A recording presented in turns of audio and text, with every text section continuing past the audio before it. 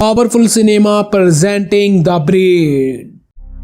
ये कहानी है कुछ बहुत ही खतरनाक शिकारी कुत्तों की, जिनके बीच एक दोस्तों का ग्रुप फंस जाता है और ये दोस्तों का ग्रुप वहां से बचकर निकल पाता है या नहीं, आइए जानते हैं। ये वीडियो आपको जरूर पसंद आएगी, इसलिए पूरी वीडियो जरूर देखें। तो मूवी की स्टार्टिंग होती है एक ब्यूटीफुल कपल को दिखाते हुए, जो कि बोट में बैठे समुद्र के बीच घूम रहे होते हैं।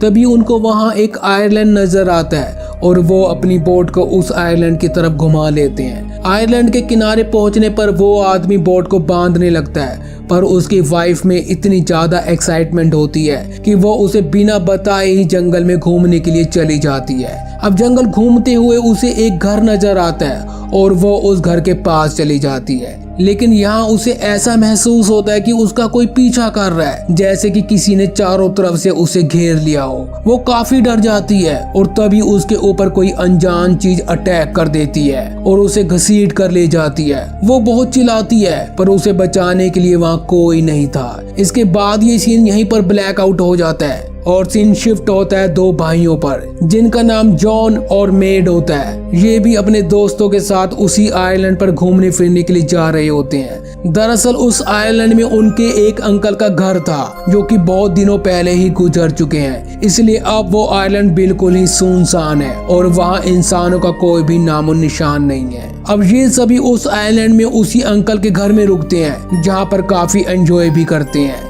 इसके बाद दिखाया जाता है कि रात में उन्हें अपने घर के बाहर एक कुत्ते का बच्चा नजर आता है और सारा को वो बहुत पसंद आ जाता है, इसलिए उसे अपने पास रख लेती है। अब रात को इनका एक दोस्त जिसका नाम नोवा है, वो जब किचन में जाता है तब उसके पीछे पीछे वो डॉग भी आ जाता है। नोवा यहाँ पर उस डॉग से कहता है कि मुझे डॉग से ज्यादा कैट पसंद है। ये सुनकर डॉग उसे भौंकने लगता है और वहां से चला जाता है और फिर घर से बाहर निकल जाता है, लेकिन सारा को उसकी बहुत फिक्र होती है, इसलिए वो उसके पीछे पीछे बाहर चली जाती है और उसे ढूंढने लगती है। काफी देर ढूंढने के बाद वो कुत्ते का बच्चा उसे मिल जाता है, लेकिन जैसे ही वो उसे पकड़ने के लिए जाती है तभी उस पर एक बड़ा कुत्ता अटैक कर देता है और सारा को काट लेता है। पर जॉन किसी तरह से सारा को बचाता है और कैबिन में वापस ले जाता है। अब ये सभी लोग इस हादसे को ज्यादा सीरियस नहीं लेते और नॉर्मल समझकर टाल देते हैं। इसके बाद अगले दिन जब ये लोग बाहर ऐसे ही घूमने के लिए जाते हैं, तभी उनकी मुलाकात उस आदमी से होती है जिसको हमने शुरू में अपनी वाइफ के साथ बोट पर देखा था। अब ये आदमी इन सबको इस जगह से जितना जल्दी हो सके यहाँ से भागने के लिए कहता है और तभी एक कुत्ता उस पर भी अटैक कर देता है और वो कुत्ता उन लोगों को उनके सामने ही बहुत बुरे तरीके से मार कर खा जाता है। अब ये देखकर ये सब बहुत डर जाते हैं और अपने कैबिन की तरफ भागने लगते हैं, लेकिन अब तक बहुत देर हो चुकी थी,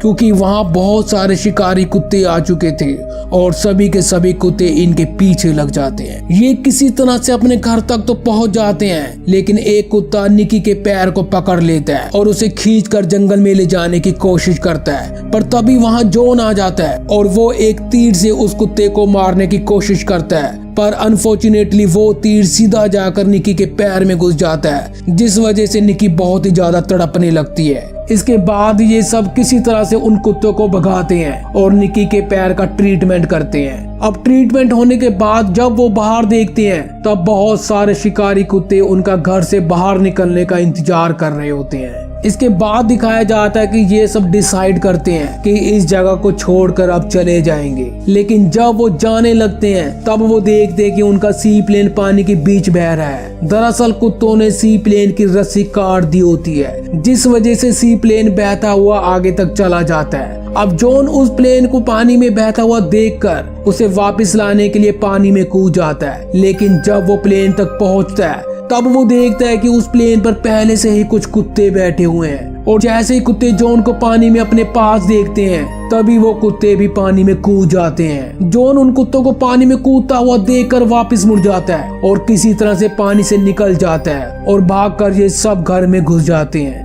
लेकिन यहाँ हम देखते हैं कि सारा को कुत्ते की काटने की वजह से उसका बिहेवियर थोड़ा बदलता जा रहा था। उसे देखकर ये सब काफी परेशान होने लगते हैं। इसके बाद इनको याद आता है कि इस आइलैंड पर उनके अंकल का एक ट्रेनिंग सेंटर भी था, जहाँ पर रेडियो सिग्नल अवेलेबल है, जिसके जरिए वो किसी को मदद के लिए बुला सकते हैं। अब ये उस ट्रेनिंग सेंटर में जाने के लिए तैयार हो जाते हैं, लेकिन वहां जाने के लिए इनको एक कार की जरूरत थी। इसलिए वो निकी को पास के गैरेज में जाने के लिए कहते हैं जहाँ पर कार मौजूद थी।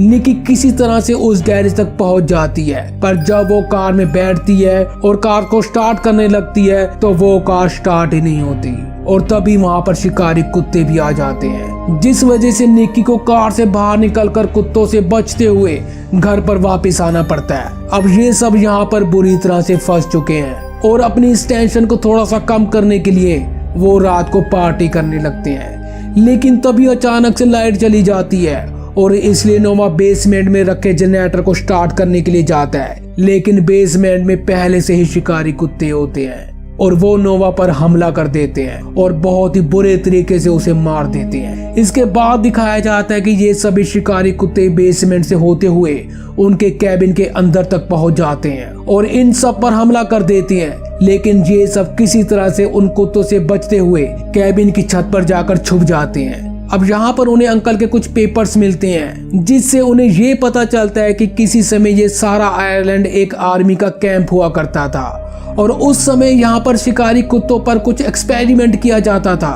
पर किसी वजह से आर्मी कैंप बंद हो गया और यहाँ शिकारी कुत्तों ने पूरे आयरलैंड पर कब्जा जमा लिया। अब यहाँ की सारी सच्चाई जानने के बाद अगले ही दिन मेड और जॉन उसी गैरेज में जाते हैं जहाँ पर वो कार थी और इस बार बहुत कोशिश करने के बाद वो कार को स्टार्ट कर ही लेते हैं और सीधा सारा और निकी को लेने के लिए कैबिन जाते हैं। जब वो कैबिन पहुंचते हैं तब उन्हें निकी बताती है कि सारा उनके साथ जाना नहीं चाहती। दरअसल इस आइलैंड पर जिस दिन ये लोग आए थे तब पहले ही दिन सारा को एक शिकारी कुत्ते ने काट लिया था, जिस वजह से सारा की मेंटली हालत सही नहीं होती और इसी वजह से वो इनके साथ जाने के लिए मना कर रही थी। जॉन उसके पास जाता है और वो सारा को फोर्सफुली अपने साथ चलने के लिए कहता है, लेकिन तभी हम यहाँ देखते हैं कि वहाँ एक शिकारी कुत्ता आ जाता है और वो सारा पर अटैक कर देता है और सारा को बहुत बुरे तरीके से मार देता है। अब सारा के मरने के बाद ये तीनों कार में बैठकर ट्रेनिंग सेंटर के लिए निकल पड़ते हैं जहाँ पर रेडियो सिग्नल मौजूद था, लेकिन जब वो वहाँ पहुँचते हैं तब वो देखते हैं कि रेडियो सिग्नल का टावर पावर सप्लाई की वजह से बंद है। इसलिए जॉन सिग्नल लाने के लिए टावर पर चढ़ता है, पर कोई तार गलत जुड़ने की वजह से उसे एक करंट का झटका लगता है और वो सीधा टावर से नीचे गिर जाता है और नीचे गिरते ही शिकारी कुत्ते उस पर हमला कर देते हैं। तभी वहाँ मेड एक बेस बैट लेकर आता है और वो उन कुत्तों को मारने लगता है, पर वहीं दूसरी तरफ हम देखते हैं कि इलेक्ट्रिसिटी शॉर्ट सर्किट होने की वजह से उस रेडियो सिग्नल में आग लग जाती है।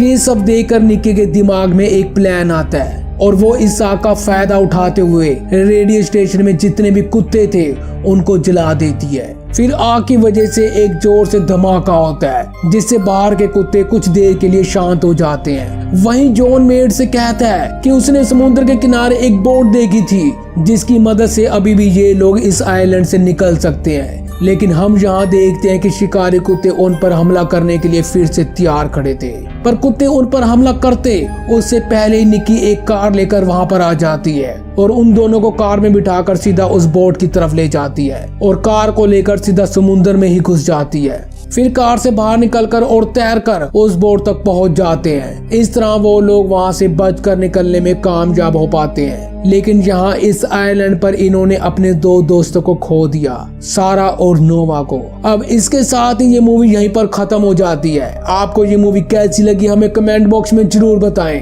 और ऐसी मजेदार वीडियोस के लिए चैनल को सब्सक्राइब और वीडियो को लाइक और शेयर भी जरूर करें। धन्यवाद।